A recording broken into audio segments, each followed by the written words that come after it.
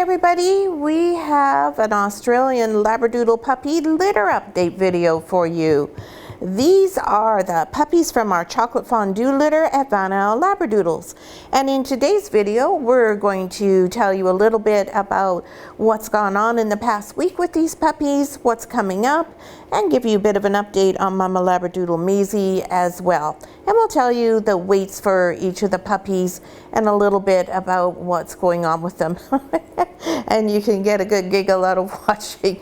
This is Red Collar trying to get in there at the milk bar. Hi, I'm Claire from Isle Labradoodles, and these little Australian Labradoodle puppies are going to be medium Labradoodle puppies when they grow up, and they are now 3 weeks old. So the big news for this litter is that they have moved. They are no longer in the maternity ward, and now they are located in our Doodle Den. And so the reason why we moved the puppies is they need more space. These guys are good sized Labradoodle puppies. You can see how much they've grown in just 3 weeks. Hard to believe they're only 3 weeks old. And they are up and running around. They need space to be able to get those muscles starting to be more coordinated and more developed. So off we go. And they all have their ears and eyes open now. So it's time to come out and start enjoying different experiences. So we have them set up with an X-pen, so they have quite a bit of space, and we have it set up so that Maizey is able to have a separate area away from the puppies so that she can go and rest and eat without being bothered by them. And Maizey is also asking to spend more time just with us in the main part of the house and away from the puppies altogether now. And that's all in preparation for getting ready to wean the puppies. Now we have another litter that is just a day younger, and their video update is going to be airing the day after this video. For all of you families that are on this litter list, I highly encourage you to watch that litter update as well, please. We discuss socialization and desensitization in a little bit of detail in that video, and it's information that's good for you. So it's always good to watch all the different litter update videos because we do tend to cover different subjects in each one. So go switch back and forth between all the litters, and in particular between the Ole litter and this one if you're on this reservation list. So these puppies, as I said, all have their ears and eyes open now. And so part of life here is they see and hear many new and different experiences. So that's a major emphasis on what we are doing with them this week. And this all ties into what we talked about last week when you're looking for a trainer. And when you're looking for people who are stakeholders along with you and your puppy who understand the proper development, how to socialize your puppy properly in a good, positive way, and just understand the breed as a whole.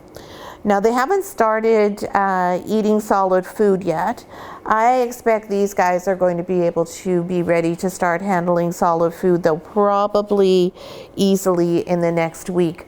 You can see Red Collar Girl here is a little bit annoyed because she doesn't have a spot, and she clearly is wanting to have a spot, but there's nothing available at the moment. She has to dig down a little deeper, and she's just not figuring that out at the moment. She will though. Whereas you can see that this puppy here, who is a Purple Collar is not interested in nursing right now.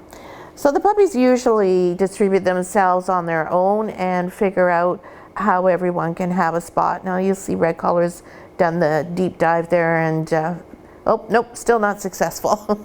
So she's just going to have to wait for a while. She'll try pushing her siblings off in the meantime and seeing if she can find something somewhere else. And Yellow Collar's just left their spot at the milk bar, so we'll see if we can just help a girl out here and put Red Collar over there, and we'll just redistribute Yellow Collar. Normally I don't interfere with what they're doing, but if I happen to be in here with them and see what's going on, then I'll go ahead and help them out. So now you see in front of us we have pee pads everywhere. And that is to start building on the puppy's natural instincts not to pee and poo where they are sleeping. So we have their sleeping area set up where I'm sitting right now, and then pee pads everywhere else. So they really can't help but be successful unless they were to go in their own bed. But what we want is for them to wake up, need to go, immediately they step away from their bed and they're going. And then as time goes on, we move those pee pads farther and farther back, and also of course they will be going outside more. Now the puppies don't usually go outside till they're just around 5 weeks of age. These guys might go out a little bit before then. They're big enough to operate the doggy door. For the little mini Labradoodle puppies, they have to wait until they're tall enough to be able to open that doggy door up independently. But these guys have got enough height that they'll be able to do that quite soon. And you'll also see that there's some bricks in here. And the reason for the bricks is because the puppies are running around now, and so they make a big mess of this and they all come up off the floor. So we just put the bricks in various locations to keep the pee pads in place. Oh no, red color, is that one empty? Nothing good there, you ran out. So you can see two of the puppies have stopped nursing already, and that's because they are wanting to eat so much that Maizey can't keep up with the demand as well as the puppies would like. So that's when we take our cue from that and go, okay, it's time to start introducing some solid food. So of course they don't have any teeth. So what do we feed them? So we feed them goat's milk, plain rice pablum, and pumpkin. We warm that all up for them. We make it up in a pan. And really the biggest trick of all is whether the puppies are old enough to figure out how to lap the food up. Lapping food is not something that puppies are born knowing how to do. They have to be able to learn how to do it, and they also have to be coordinated enough to do it. So sometimes they're ready for that at around 3.5 weeks, sometimes not until 4.5 weeks. So we just play it by ear. We watch what's going on at the milk bar. We let our mums tell us what's going on. The longer our mums want to be away from the babies, we know that means that they're getting ready to wean them. So then we take our cue and we introduce food. If they don't eat it, okay, fine, then we wait for another couple of days until we get back to trying it again. But we don't want to rush it. You don't want to try and get them to do something too soon. You want their immune systems to be nice and sound. They're not taking probiotics anymore. Once they start the solid food, there will be probiotics in that for them. So you can see Maizey still totally relaxed, comfy being a mom. She enjoys the whole process. She also enjoys hanging out with us and getting away from them now. So it's always interesting to watch the puppies develop and such a big change when moms start to desire to spend more time away from their babies than they have been previously. And once they get to be 5 weeks old, then moms don't sleep with their babies at all anymore. We have them come back and sleep in our bedroom with us, as opposed to sleeping just away from them. But Maizey can get away from them whenever she wants. Even if she's not in with us, she's able to remove herself from them, and they can not get to them. So then when she's there, of course, she can see and hear everything. So if anybody needs her, then she can come right back in. So the puppies are also going to the bathroom on their own now, and they and Maizey next week will all be wormed again. So puppies are born with worms because female dogs, all female dogs are born with a dormant worm, and that worm comes to life only if the girl becomes pregnant, and then those worms are passed on to the puppies.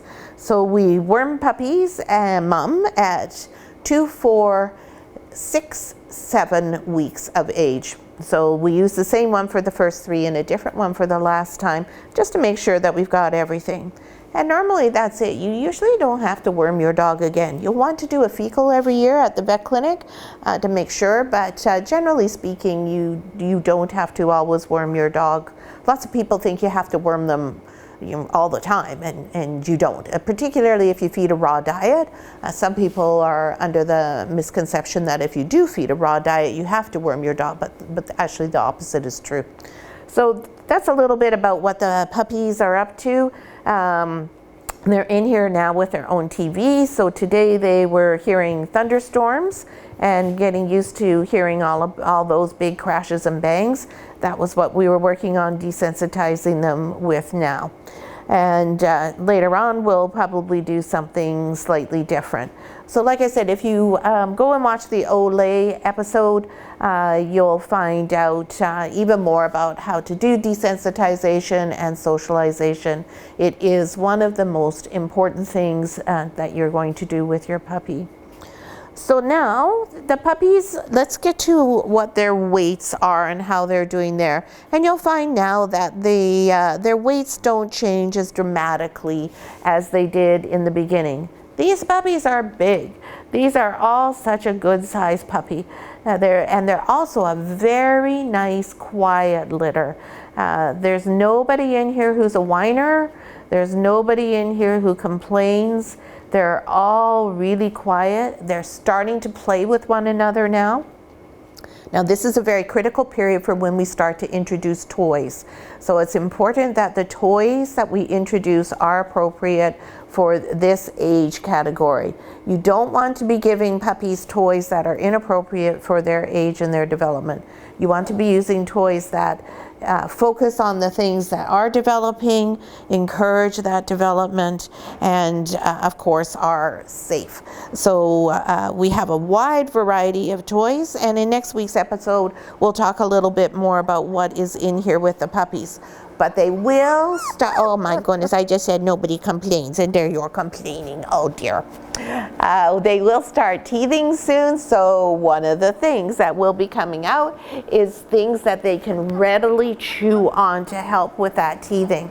And it's important when you do that you don't have some great big hard thing, because that's no satisfaction for them. They're little kids still with not much of a tooth. They just got their little nubs. So you give something that's pliable and soft and that they can get their mouth onto and get the satisfaction from without getting frustrated by giving them some great big hard rubber teething type toy that you'll often see in the pet store. Completely the wrong thing. All you do then is make a puppy get very frustrated, and that's the last thing that we want to do.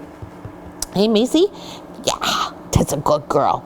Yes, Maizey's doing really well, still eating up a storm.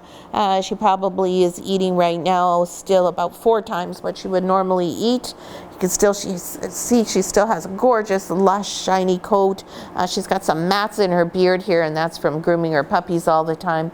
But once they start being weaned and she can be away from them for longer, then we'll give her a clean up and work on those things. So let's go through the puppies and tell you what's going on with their weights. So the first puppy is Purple Collar, who's somewhere. That's Pink. The pink and the purple are too close. Here's Purple Collar right here. I'm looking right at you. Yes, come here, little sweetheart. Come here. Purple Collar is a girl, and she is a gorgeous brown and white girl, close to being a tuxedo. Beautiful white markings up her face, around her neck, on her paws. Really a striking pattern, this one. And Purple Collar is coming in at 1.41 kilograms today. And she's got lots of white on her body too. Hey, you got a kiss? You got a kiss? Yeah. You'll notice that some of the puppies now start to give quite a bit stronger eye contact, and that's because they can hear us now. Yeah, whereas before they have no idea where the voice is coming from, so they have nothing to look at. Next puppy on the list is Green Collar. Where are you, Green Collar?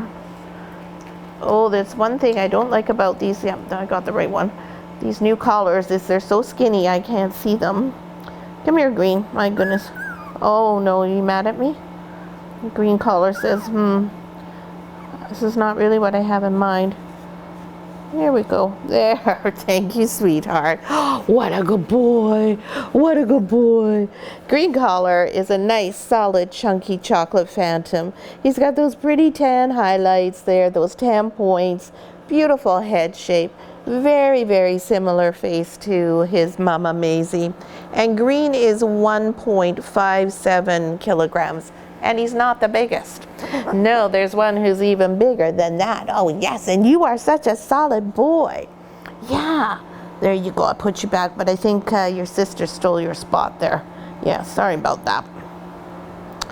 Next is light pink, and light pink is right here. Come here, baby. Oh, she's gonna be mad at me too. Oh, come on. Yes, these puppies are heavy. Light pink is just like her brother before her. She is also a chocolate phantom. Pretty little white tipped toes, pretty little goatee. Again, the pretty head. This little girl has a very strong stop and a very short nose. So the stop is right here where the nose joins the front of the face here, and the angle is what we are referring to when we say that there's a strong stop. Hey, what do you say? Oh, you're not going to be happy with me, so I stole your food. Light pink is 1.46 kilograms. These puppies are all a really good size. Nice, solid puppies. After light pink is red, and red is over here. Oh, red, you still didn't find your little spot at the milk bar. And red is 1.15 kilograms, and she is the smallest, and maybe that's why, because she doesn't get her spot at the milk bar as often. This is our little cuddler in the litter. She's always here to cuddle. Really pretty little girl with all her beautiful markings. Just a stunning looking puppy. Very nice little girl. And at 1.15 kilograms, great size. Really nice solid puppy. She may be smaller, but she is solid. It's not because she is skinny or anything like that. Next is dark pink color. Yep, that's you. I always just have to make sure I don't get dark pink and purple mixed up. There we go, dark pink. Thanks for giving it up. Maybe we give red a turn on there. Oh, red's found a place. And dark pink color is another one of the chocolate phantom girls. Very pretty girl as well. Gorgeous. Those highlights, those 10 points really set the chocolate off so nicely. Just such a sweet little sweetheart. And dark pink is 1.39 kilograms. And so you guessed it, the biggest one in the litter is Mr. Bigfoot, purple collar, who is our last born and our giant. Come here, Mr. Purple. No, you're not purple, sorry, wrong dog.